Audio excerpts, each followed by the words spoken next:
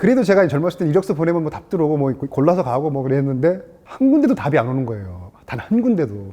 가장으로서 내가 메꿔야 될 그런 게 있는데 하늘이 노랗더라고요. 근데 그렇다고 해서 가장이 주저앉을 수는 없잖아요.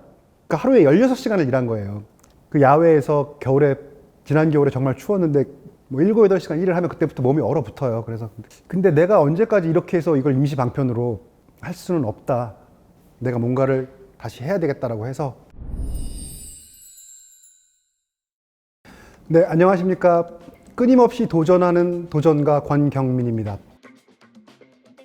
제가 이제 외국에 젊었을 때 좀 나가서 그때 학교 다닐 때 거기서 맥주 맛을 좀 보면서 맥주가 이런 맛이 있어? 이런 색깔의 맥주가 있어라는 걸 그때 이제 보고 느낀 거예요. 그래서 다양한 맥주를 즐기기 시작했는데 그러다가 생각한 게 나는 맥주를 굉장히 좋아하는데 나처럼 맥주를 좋아하는 사람들이 있을 거야. 근데 그런 정보가 너무 없고 우리가 커뮤니케이션 할 수 있는 공간이 너무 없어. 그래서 제가 맥주야 놀자라는 네이버 카페를 만들었어요. 그래서 거기서 이제 키우기 시작하고 블로그도 쓰기 시작한 거예요. 맥주에 대해서 블로그도 쓰고 그렇게 하면서 맥주에 대해서 좀 그런 정보도 좀 공유하고 나도 공부를 좀 해야 되겠다. 그때부터 이제 맥주를 시작을 한 거고요. 그 당시 제가 이제 시장 조사를 해보니까 그 작은 양조장들이 막 생겨나는 거예요. 막 생겨나는데 판로를 확보를 못해서 거의 뭐 문을 닫는 경우도 많고 아니면 공장 가동률이 뭐 10% 미만인 것들도 많고 그래서 나도 맥주 사업을 하고 싶은데 무턱대고 양조장을 차렸다가는 큰일 나겠다. 그러면 내가 만든 맥주를 소비할 수 있는 일단 파이프라인을 만들어 놓고 양조장을 인수를 하자. 그 계획을 세운 거고요. 그래서 이태원에 1호점을 냈어요. 1호점을 냈는데 그때 이태원이 막 뜰 때 2016년에 오픈하고 5개월 만에 한 달 매출이 1억 2천이 나왔어요. 그러니까 연 매출이 아니고 월 매출이. 이제 이렇게 해서 매장을 더 늘려서 그 다음에 이제 양조장을 인수하자라는 계획을 세우게 된 거예요. 이게 너무 잘 되니까 이거를 내가 왜 굳이 감행을 줘? 내가 하면 되지. 라는 이제 욕심을 내게 됐고 그렇게 사업을 무리하게 키우다가 이제 삐걱거리기 시작했죠. 약간. 그러다가 이태원에서 미군들이 평택 기지로 다 이전을 합니다. 이태원 상권이 완전히 이제 무너진 거예요. 그러고 있다가 코로나가 딱 덮친 거죠. 완전히 이태원 상권, 다른 상권들이 다 동시에 무너지니까 규모가 있다 보니까 한 달에 그걸 커버해야 되는 경비가 워낙 크니까 감당이 안 되더라고요. 사업을 다 정리하게 된 거죠. 나의 이런 뭐 외식 경험이라든가 이런 걸 바탕으로 해서 외식 프랜차이즈 업체라든가 이런 데 한번 이력서를 막 엄청나게 보냈어요. 이력서를 보냈는데 젊었을 때 이력서 보내면 뭐 답 들어오고 뭐 골라서 가고 뭐 그랬는데 한 군데도 답이 안 오는 거예요. 단 한 군데도. 나이 앞에는 장사가 없구나.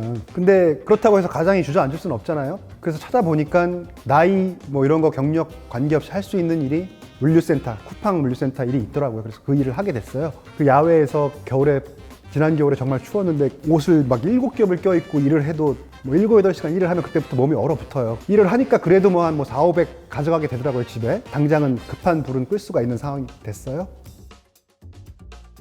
근데 내가 언제까지 이렇게 해서 이걸 임시 방편으로 할 수는 없다. 온라인 시장에 내가 강의를 개척해보자. 내가 강연 섭외가 들어올 때까지 기다리지 말고 내가 온라인에서 강의를 하자. 내가 강의를 만들어서 뭐 채팅방 만들어서 거기도 강의도 하고 이제 무료 강의도 하고 뭐 독서 모임도 제가 운영하고 하면서 이게 또 되더라고요. 제가 그래도 이렇게까지 준비를 할 수 있었던 거는 그런 자기 개발 그런 것들을 공부를 하면서 책을 쓰고 제가 퍼스널 브랜딩을 했던 거 있었기 때문에 그게 먹혔던 거예요. 배운다는 거는 자기 개발, 자기의 어떤 동기부여를 목적으로 할 수도 있고 어떤 수익화의 목적으로 할 수도 있어요. 배움에 있어서 나이를 핑계 삼고 나이를 장벽으로 삼는 거는 저는 말이 안 된다고 봐요. 우리가 나이를 먹었기 때문에 오히려 더 배워야 되고 더 빨리 이해할 수가 있어요. 우리 삶의 경험이 있기 때문에. 그래서 내가 배운 정보들을 그리고 내 삶의 경험을 같이 녹여서 그거를 가지고 뭔가로 또 실행에 옮길 수 있는 그 베이스가 되는 게 배움이라고 생각해요. 그래서 제가 2013년에 그렇게 처음 이제 그런 걸 시작했을 때도 그때 저는 블로그를 어떻게 개설하는지 네이버 카페 아무것도 몰랐단 말이에요. 그러면 그런 걸 그때부터 강의도 찾아다니고 개인들이 진행하는 강의들 있잖아요. 그 다음에 이걸 키우기 위해서 마케팅 강의도 듣고 온라인 강의도 듣고 유튜브도 보고 지금 말씀하신 것처럼 가장 많은 부분들이 걱정하시는 게 지금 내가 뭘 공부하지, 뭘 배우지를 걱정하세요. 근데 그거를 밖에서 돌아보시면 안 되고요. 나를 돌아보시면 내가 살아왔던 나의 인생의 경험, 내가 회사에서 했던 일, 내가 사업하면서 했던 일이 나의 컨텐츠예요. 결국은 나의 경험이 나의 지식이 나의 콘텐츠가 됩니다. 그러면 그 콘텐츠를 개발할 수 있는 거를 공부하시면 돼요. 새로운 콘텐츠를 공부하실 게 아니라 노하우를 가지고 그 지식을 상품으로 만드는 방법, 그거를 마케팅하는 방법을 공부를 하셔서 자기 영역을 새롭게 개척하실 수 있다고 봐요. 외국에서는 우리가 이제 지금 뭐 이커머스는 많이 얘기하잖아요. 온라인상에 상거래하는 거. 이제 이커머스가 아니라 K-커머스예요. Knowledge Commerce. 우리의 지식을 거래하는. 지금 이제 우리 그런 붐들이 일어나는 거잖아요. 그랬을 때 그 지식 거래에서의 주체는 나기 때문에 나라는 상품을 갈고 닦는 것이 바로 자기 개발이라는 거죠. 이제 앞으로는 내가 언젠가는 기업을 떠나던 내 사업체를 접던 떠나야 할 시간은 오잖아요. 우리 젊은 분들도. 그랬을 때 상품화할 수 있는 거는 나 자신이라는 거예요. 그러면 나라는 상품을 이 시장에 내놓기 위해서는 기업에서 우리가 제품을 개발하듯이 상품을 연구하고 투자하고 개발을 해야 돼요. 그랬을 때 이 상품이 다른 상품들에 비해서 경쟁력이 있는 거지, 아무런 노력도 안 하고 갈고 닦지도 않은